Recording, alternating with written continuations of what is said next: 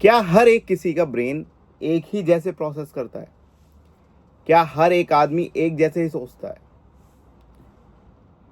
Ranker का दिमाग obviously थोड़ा सा अलग तरीके से उसने कुछ काम किया होता है जो हम आप शायद नहीं कर पा रहे हैं। तो मैं यहां पे आपको ये बताने नहीं आया हूं कि आप रैंक कैसे ला सकते हो। मैं आपको ये बताने आया हूं कि सिर्फ 15 दिन बाकी हैं, 15-16 दिन बाकी हैं। अगर आपने कॉन्सेप्ट अच्छे से पढ़ रखे हैं तो आप कैसे अच्छे मार्क्स स्कोर कर सकते हो, कैसे एटलीस्ट पास हो सकते हो। नमस्कार दोस्तों, मेरा नाम है महेश, आप देख रहे हैं वन गुरुकुल और मैं स्वागत करता हूं आप लोगों का एक बहुत ही इंपॉर्टेंट मुद्दे पे कि कैसे 15 दिन में आप बहुत अच्छे से पूरे पेपर को रिवाइज कर सकते हो। इस गुरु मंत्र को गांठ मार के रख लो अपने पास और प्लीज जो है सीरियसली फॉलो अगर आपने कर लिया। अगर आपको नहीं समझ में आ रहा है कि कैसे हम अपना स्टडी प्लान बनाएं और अगर आपको नहीं समझ में आ रहा है कि कैसे पूरे पेपर को कंप्लीट करें, तो ये वीडियो आपके लिए ही है। प्लीज ध्यान से सुनिएगा मैं जो बोलने वाला हूं आप लोगों को। क्या करना है आप लोगों को, पिछले 5 अटेम्प्ट के क्वेश्चन पेपर प्लस पिछले 3 अटेम्प्ट की आरटीपी, पिछले 2 अटेम्प्ट के मॉक टेस्ट पेपर, मैं उम्मीद करके चल रहा हूं 10 से 12 घंटे आप पढ़ोगे। ठीक है, 10 से 12 घंटे आप 15 दिन के अंदर पढ़ लोगे ना। देखो हाँ या ना पे लिख के देते ना।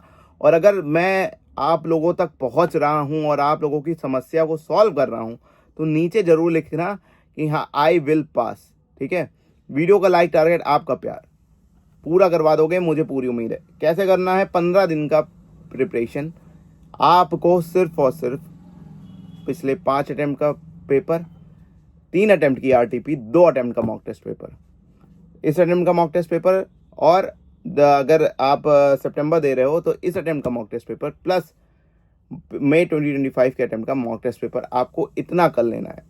10 से 12 घंटे आप कर रहे हो, 15 दिन बाकी हैं, बहुत आराम से आप कर लोगे। कैसे पेपर को सॉल्व करना है, कैसे चीज़ों को करना है, अभी आपको बताते हैं। मॉक टेस्ट पेपर या प्रीवियस ईयर क्वेश्चन को आपको सॉल्व करते से पहले आपको आरटीपी को कंप्लीट करना है। पिछले 3 अटेम्प्ट की आरटीपी, एक आरटीपी मान लो जो है एक सब्जेक्ट वनडे में पढ़ रहे हो आप, तो 3 आरटीपी एक दिन में बहुत आराम से कंप्लीट हो जाएगी। अगर एक आरटीपी आपको कंप्लीट हो जा रही है तो डेली कम से कम 3 पेपर आपको कंप्लीट करने हैं, including mock test paper, including previous year paper.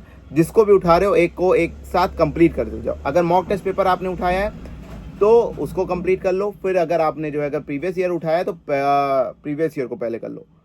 अब प्रीवियस ईयर क्वेश्चन पेपर कौन से उठाने हैं आपको?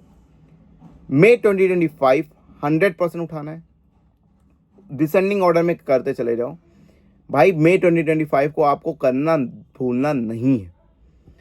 सबसे पहले मैंने आपको बताया आरटीपी करना है, फिर उसके बाद प्रीवियस ईयर क्वेश्चन करना है। भैया ध्यान से सुन लेना, उसके बाद प्रीवियस ईयर क्वेश्चन या मॉक टेस्ट पेपर जो भी आप करो। अगर आप इतना कर लेते हो तो मुझे उम्मीद है मेरे दोस्त कि आपका ठीक ठाक पेपर कवर हो जाएगा, आप अच्छा मार्क्स स्कोर कर लोगे। कैसे करना है? क्वेश्चन की ऑडिट नहीं करनी है। क्वेश्चन को अगर पूरा देखो, जब क्वेश्चन पेपर सॉल्व कर रहे हो तब तो आपको प्रॉपर क्वेश्चन पेपर जैसे सॉल्व करते हैं वैसे सॉल्व करना है। बात समझ रहे हो? जैसे क्वेश्चन पेपर को आप सॉल्व करते हो एग्जाम में वैसे सॉल्व करना है। लेकिन अगर आरटीपी आप कर रहे हो, आप आरटीपी में मैं आपको समय अगर अलाउ कर रहा है, आपकी स्पीड कैसी है, देखो हर एक आदमी का दिमाग और हर एक आदमी की काबिलियत अलग अलग होती है। अगर आपकी स्पीड आपको अलाउ कर रही है कि आप आरटीपी को लिख के पूरा प्रॉपर तरीके से जैसे आप एग्जाम में करते हो वैसे सॉल्व कर पा रहे हो तो मुझे कोई दिक्कत नहीं है, आप वैसे सॉल्व कर लो। अगर समय अलाउ नहीं कर रहा है आरटीपी पे पूरा लिख के आप आने का, तो प्लीज एटलीस्ट थ्योरेटिकल सब्जेक्ट में कैसे करो आप कि कीवर्ड एटलीस्ट लिख लो। जैसे ऑडिट एडवांटेजेस के आसपास जो कीवर्ड है वहां पे जो है मार्क करते चले जाओ, लिखते चले जाओ, जिससे कि आपको पढ़ने में इजी हो जाए। फिर अगर आपको जो है प्रीवियस ईयर क्वेश्चन को सॉल्व कर रहे हो तो भैया वहां पे करने के बाद सजेस्टेड आंसर से मिला लेना। याद रखना वो सजेस्टेड आंसर है, ना कि एक्चुअल आंसर है। एक केस है जिसके बारे में मैं अभी बात नहीं करूंगा, जिस वजह से मैं कह रहा हूं वो सजेस्टेड आंसर एक्चुअल आंसर नहीं है। तो आपको उनको लिख के सॉल्व करना है। मतलब चलो एक और छूट दे देता हूं मैं आपको, 5 अटेम्प्ट के पेपर के बाद अगर आपके पास समय नहीं मिलता है कि मॉक टेस्ट पेपर आप सॉल्व कर पाओ, तो आप उसको भी आप वहाँ पे कीवर्ड लिख के आ सकते हो, वहाँ पे भी कीवर्ड लिख के आप प्रैक्टिस कर सकते हो, लेकिन लिखना जरूर है। केवल क्वेश्चन को पढ़ने लेना है कि हाँ ये फला फला वाला क्वेश्चन हमें आता है, ये क्वेश्चन भी हमें आता है, ये क्वेश्चन भी आता है, फिर एग्जाम में जाओ यार ये तो नहीं आता है। तो उससे बचने के लिए आपको प्रिपरेशन करा रहा हूँ। एक बहुत इसमें से ट्रिक से आपको पूरा सिलेबस कवर करवा दिया, ये अभी ट्रिक बाद में रिवील करूंगा। इतना अगर आप कर रहे हो तो ट्रिक बता दूं आपको, मैंने आपको लगभग 70-80% पेपर आपको कवर करवा दिया मेरे दोस्त। जो आपके एग्जाम में पेपर आने वाला है, आपको 70-80% पेपर आपको कवर करवा दिया। सर हमने तो ज्ञानधारा आपकी परचेज करी हुई है। मेरे भाई अगर आपने ज्ञानधारा परचेज करी हुई है तो आपको ज्ञानधारा को लिख के कंठस्थ कर लेना है।